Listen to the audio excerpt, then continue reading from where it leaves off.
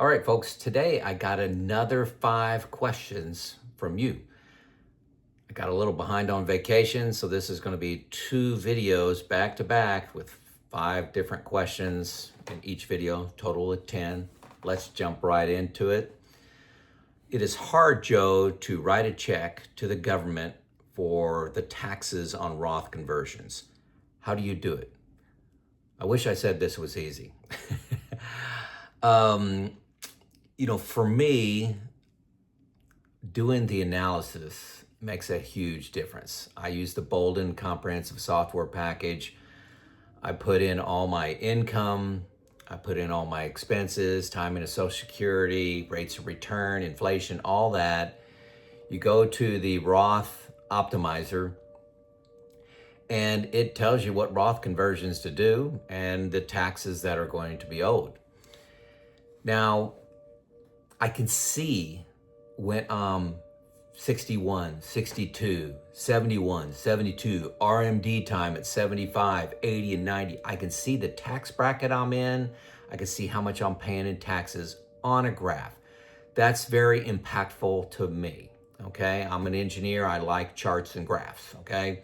So that helps me know what I need to do and have a plan, and I work towards that plan. So those Roth conversions are part of my plan. I just hit accept when I decide, what Roth conversions I want to do from the optimizer. You can optimize on lowest taxes in your lifetime, on highest estate value, on minimizing IRMA, a whole lot of things that you can sort on, just on tax bracket. I want to maximize the 22% tax bracket minimum all the way through. So yeah, that's what I do. Now, I do have one advantage that most of you do not have. I use my YouTube income to pay my Roth conversion taxes. That makes it easier, but I still have to go in to the website and make the check and the withdrawal from my checking account. And it is painful. Good thing every month I don't have to write that check when I was working, right? I mean, I couldn't imagine doing that. So number 2, is there any money advice on YouTube that you ignore? Well, yes. I actually pre-prepared 6 things here. Anything that's get rich quick, number 1. Number 2, anything that requires leverage. I don't like leverage, okay? That means borrowing money and investing borrowed money. I don't want anything to do with that. 3, anything that requires timing of the market. And I put gold in this category. Gold is not an asset that intrinsically gains value. It goes up and down based on what people think of the market and panic, bulls and bears going. So anything that requires me to get in and out, any system in and out at a certain time. Number 4, investments that say there's no risk. Hey, there's no downside risk, only upside. Hey, buy this annuity, only upside.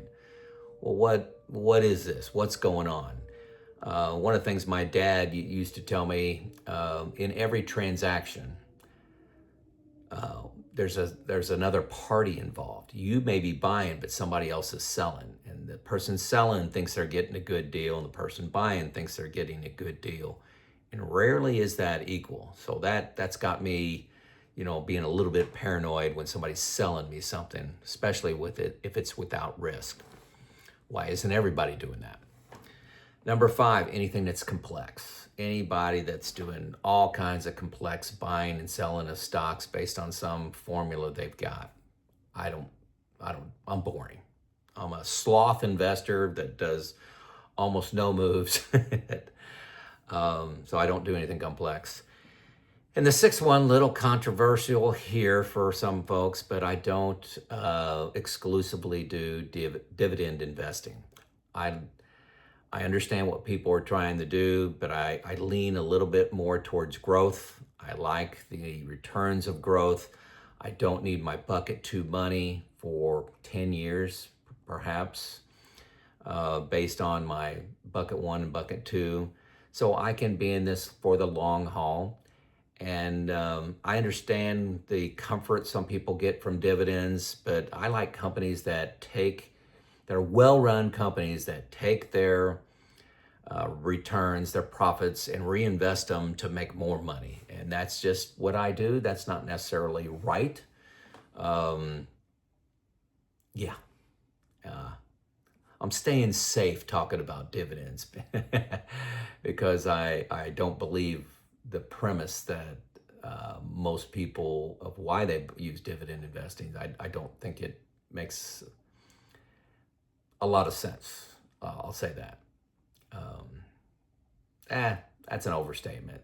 Don't burn me too much in the comments, okay? I guess I need to explain that a little bit more. If you have a $100 stock that pays a $10 dividend, it's no longer a $100 stock. It's a $90 stock. It goes down in value. So every time a company pays a dividend, they are lowering their price of their stock. So you're actually, in effect, selling stock. And I don't want to do that. I'm not saying I turn my back on dividends. I like dividends, but I don't chase dividend returns for that reason. Okay. Number 3, Joe, you've built in a lot of redundancy in your review, your quarterly review that you do. You have a feedback loop with a financial advisor, Neil, my retirement group, 2 other people in a retirement group with me, and I use the Boldin software along with all my personal study and all the advice out on YouTube. How do you arbitrate between all this feedback and all the recommendations and decide what to do? Well, I don't see what this question as a problem. I love, I may make a decision. I want to be 90-10 equities to fixed assets. And then I run it by people and say, poke holes in this. Why is this wrong? Where are the pitfalls? Where are the mistakes? Where are my oversights? What's wrong with this? How can this fail? And they weigh in. And if all of them weigh in and say this is the craziest thing I've ever seen, I go back and do more study. But if it's split, 60-40, 50-50, something like that, if I'm comfortable with the pitfalls of my direction, I go ahead and make that decision. So I like knowing how a plan will fail. In engineering school, what they teach you is to, not only come up with a solution, but ask yourself to hypothesize of what can go wrong. If this design fails, where is it going to fail? Okay, this airplane crashed. This hypothetical airplane that we designed crashed. How's it going to crash? Where are the weak points? How can we design those out? So I don't see it as a problem of having multiple sources of input and not everybody being the same. I actually prefer them all to have different vantage points. I think that's an asset, okay? So it's never been a problem for me if somebody says turn left and somebody says turn right. I'd say, okay, difference of opinion, why you say left, why you say right, understand that and say, okay, I want to go left. It's not been a problem for me. And it's really been a career for me that I've had to make those decisions in the gray. Number 4, what do you worry about in retirement? 2 things. 1, my kids' faith. Okay, I don't want to expand on that, but my kids' faith. Number 2, how the national debt will impact my retirement assets, how they're going to impact the country. What are we going to do about our national debt? Short-term solutions, long-term solutions. Are we going to let it catastrophically fail as we careen towards this Grand Canyon? I just don't know how this plays out. The government now is taking some actions and there's all kinds of emotion around whether that's right or wrong. I'm not weighing in on that. But I think it's clear to 100% of people the path of spending $2 trillion more a year than we bring in is not sustainable, and it's going to be painful whenever the music stops and somebody's got to pay the bar bill. It's going to be a lot, And so I don't know how that plays out. Okay. Number 5, what's the most common error you see in DIY retirement plans, do-it-yourself retirement plans? No questions, not having a good, well thought out tax plan. Okay. Boldin makes this very easy, but you'd be shocked. I mean, it's at least 80% of the people either don't have a good tax plan, or that's not well thought out, or they have no tax plan. They just say, hey, I'm not paying any taxes for 5 years or 7 years. And RMD is coming in at 75 for me is just, that's too far in the future to worry about. But when you go into Boldin, it jumps out at you. Like I said in question number 1, it jumps out on you on a chart. It says you're going to be in this tax bracket, you're going to pay this much. And I'm a planner. I'm a forecaster. I'd like to have steps laid out. Yeah, it's not going to be exactly right, but Boldin does an exceptional job creating a tax plan that I can have confidence in that it's going to be close. Okay, and I update it every year. So not having a tax plan. Number 2, problem that I see with a DIY plan, and this is a personal passion of mine, because I've seen the impact. Not having your plan reviewed.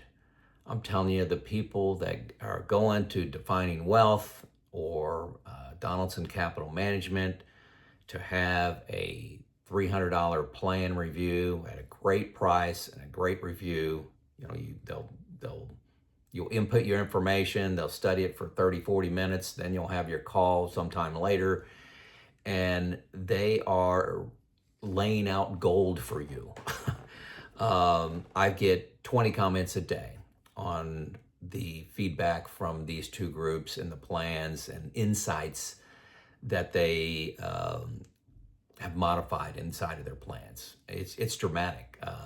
I would say a lot of them say, hey, I was planning on retiring in 4 years, now I can in 2. I can retire Monday. Or they identified 3 things that I wasn't looking at properly, whether it's taxes, estate planning. They have improper, they didn't think through Social Security enough. They're overestimating